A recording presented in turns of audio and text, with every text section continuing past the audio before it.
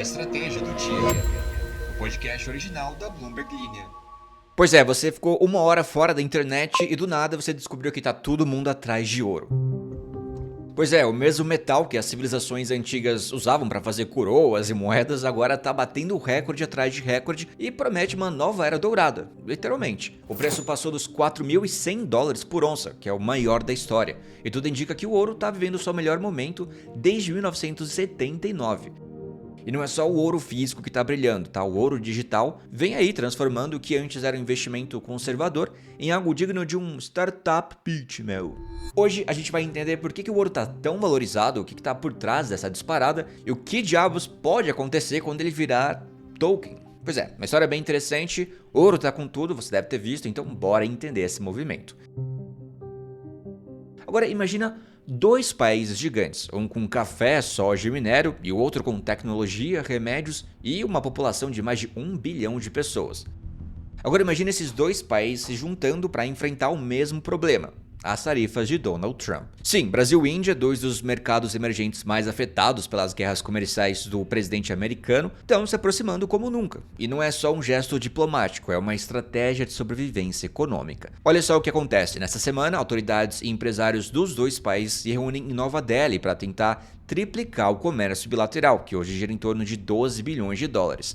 A ideia é até que simples. Os Estados Unidos estão fechando as portas, então Brasil e Índia querem abrir novas juntas. Lula e Modi estão apostando que uma frente unida pode ajudar os dois a resistir à pressão americana e até encontrar novos mercados para driblar as tarifas, que em alguns casos chegam a 50% sobre os produtos. E essa parceria diz muito sobre o momento que o mundo vive, uma reorganização completa do comércio global, com países buscando novas alianças à medida que Washington muda as regras do jogo. Então, hoje vamos também entender por que o Brasil e Índia decidiram se unir, como Trump conseguiu bagunçar a diplomacia econômica mundial, e ainda o que esse novo eixo pode significar para o futuro do comércio. E claro, da geopolítica. Então, meu caro ouvinte, fica aí porque o episódio está bem completo, ajusta essa postura que eu sei que você já está torto de novo, eu vou continuar te lembrando, eu sei. E claro, siga a gente, caso você não siga ainda, é só entrar no nosso perfil, colocar para seguir, assim você fica atualizado todos os dias do que acontece no Brasil e no mundo. Este episódio da Estratégia do Dia é oferecido pela Senior Sistemas. Com mais de 3.400 colaboradores e mais de 116 canais de distribuição, além de operações internacionais em diversos países, a Senior Sistemas se destaca no mercado com IA generativa para softwares de gestão, sendo este um grande diferencial em soluções em ERP. Saiba mais sobre IA generativa e como ela pode ajudar os softwares de gestão na entrevista no final do episódio. Agora sim, bora pro episódio.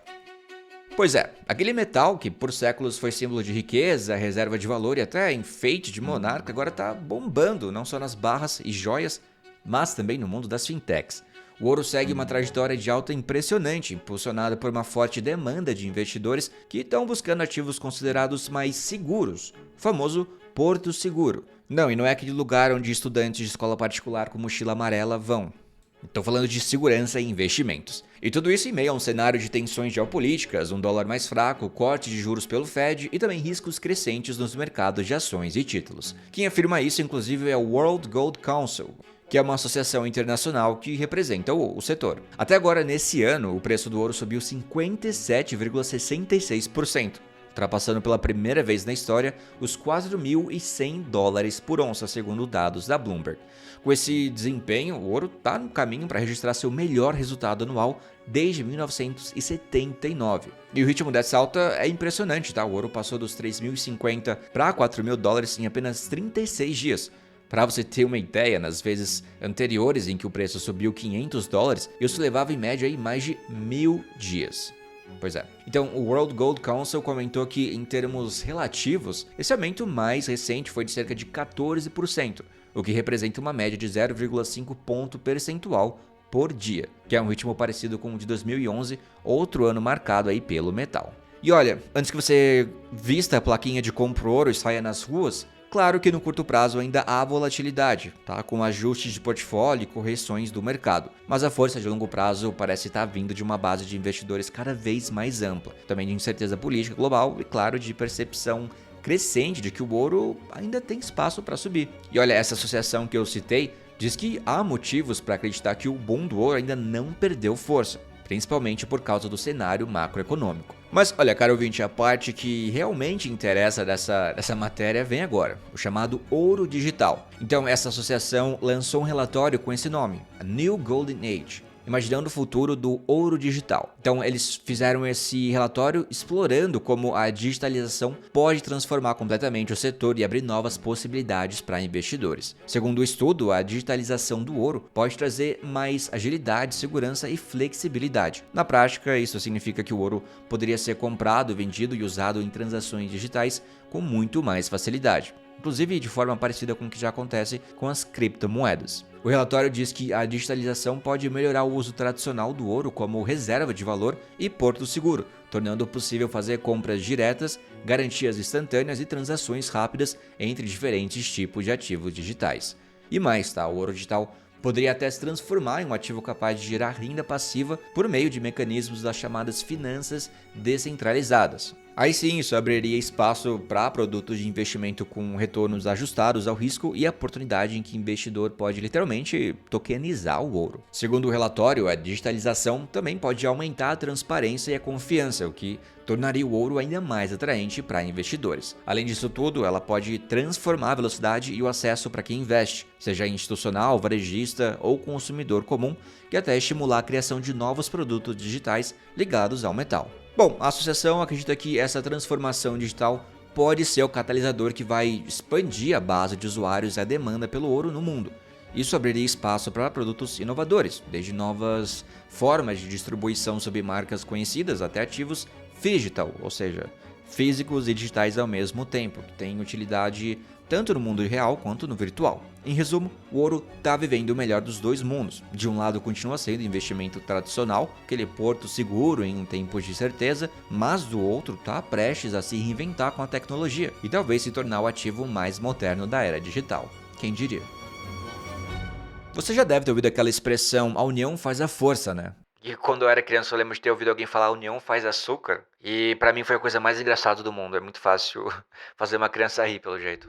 A questão é que o Brasil e a Índia estão apostando exatamente nisso. E não é só em nome da amizade, mas da sobrevivência econômica. Como eu comentei na introdução, os dois gigantes dos mercados emergentes, que foram dos mais atingidos pelas guerras comerciais de Donald Trump, inclusive, estão se aproximando como nunca. A ideia é transformar uma frente unida para tentar resistir às tarifas impostas pelos Estados Unidos e abrir novos caminhos para comércio internacional. Então, nessa semana, autoridades dos dois países, junto com empresários, estão reunidas em Nova Delhi, discutindo como triplicar a parceria comercial, que hoje é de cerca de 12 bilhões de dólares. Inclusive, na introdução eu falei que eles iriam ainda se reunir, mas na verdade eles já estão reunidos, Só uma correção rápida aqui. E o motivo dessa pressa toda é claro, economistas alertam que as políticas comerciais de Trump podem tirar até um ponto percentual do crescimento econômico de países como Brasil e Índia. A delegação brasileira deve discutir parcerias nas áreas de agronegócio, biocombustíveis e também defesa. E segundo Itamaraty, o vice-presidente Geraldo Alckmin está à frente da missão, acompanhado de executivos da Petrobras, Vale e BRF, 3 das maiores empresas do país. E olha, a relação entre Lula e Narendra Modi, que é o primeiro-ministro da Índia, vem se fortalecendo. E esse movimento é um dos sinais mais claros de uma mudança nos alinhamentos globais, no momento em que os Estados Unidos estão revisando parcerias e acordos comerciais que existiam há décadas. Esse reinício da diplomacia americana fez com que a Índia se aproximasse até da China e também impulsionou novas negociações entre o Mercosul e a União Europeia, que estavam praticamente paradas. Então, tanto Lula quanto Modi querem melhorar sua relação com Washington, mas, ao mesmo tempo, estão se protegendo economicamente para não depender tanto assim dos Estados Unidos. Como explicou o analista Thiago de Aragão, da consultoria Arco International, a guerra comercial de Trump está reorganizando o comércio no mundo inteiro. E olha, e mesmo que os países queiram resolver seus conflitos com os Estados Unidos, há um medo de que essa postura mais agressiva de Washington tenha vindo para ficar. E você deve ter ouvido falar que o Brasil e a Índia foram atingidos com algumas das tarifas mais pesadas desde que Trump chegou ao poder, em alguns casos de até 50% sobre os produtos exportados. Mais tarde, a Casa Branca até abriu exceções para certos itens, como produtos farmacêuticos e eletrônicos vindos da Índia e também centenas de produtos brasileiros, mas o impacto econômico continua grande. Para você ter uma ideia, 12% das exportações brasileiras vão lá para os Estados Unidos. Então, claro, se as tarifas diminuem a demanda por aço, carne e outros produtos, o Brasil tem muito dinheiro a perder. E é por isso que o governo vem tentando diversificar seus parceiros comerciais e a Índia apareceu lá como uma das principais apostas. A delegação brasileira, por exemplo, tem interesse em expandir os mercados de café e etanol. Os dois países também devem conversar sobre ampliar o acordo de comércio preferencial Mercosul-Índia, que existe lá desde 2004, mas nunca teve muito avanço.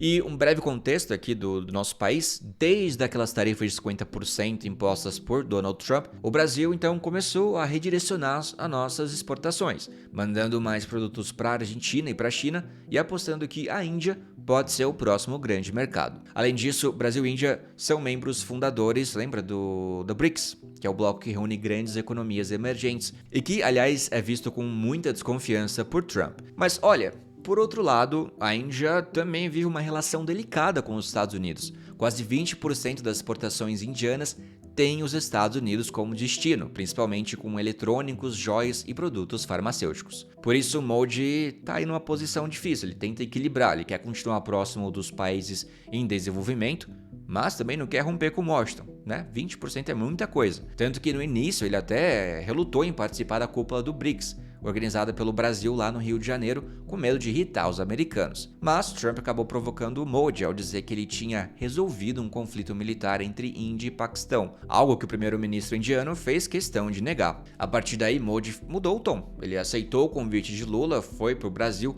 criticou os padrões duplos do Ocidente e defendeu uma cooperação mais forte entre os países do Sul global. Os brasileiros, aliás, receberam Modi com um tapete vermelho, tá? E até com um almoço de Estado no Palácio do Planalto. Só que Washington reagiu. Pois é, e reagiu rápido. Pouco depois dessa aproximação, os Estados Unidos impuseram novas tarifas de 25% à Índia, alegando que o país estava financiando a guerra da Rússia ao continuar comprando combustível russo. Desde então, as tensões diminuíram um pouco. Modi e Trump voltaram a conversar, trocaram elogios públicos e chamaram um ao outro de amigo. E a partir daí, as negociações comerciais entre os dois países foram retomadas. Mas a questão é que Brasil e Índia continuam, fazendo esforços para aproximar essa aliança. É uma aliança não tão nova, desde os anos 2000, os dois países já tinham se juntado a outras nações emergentes para enfrentar as potências ocidentais nas negociações da Organização Mundial do Comércio, a famosa rodada de Doha, mas mesmo com esse clima de cooperação, Lula e Modi sabem que não dá para romper com os Estados Unidos. Isso é bem importante.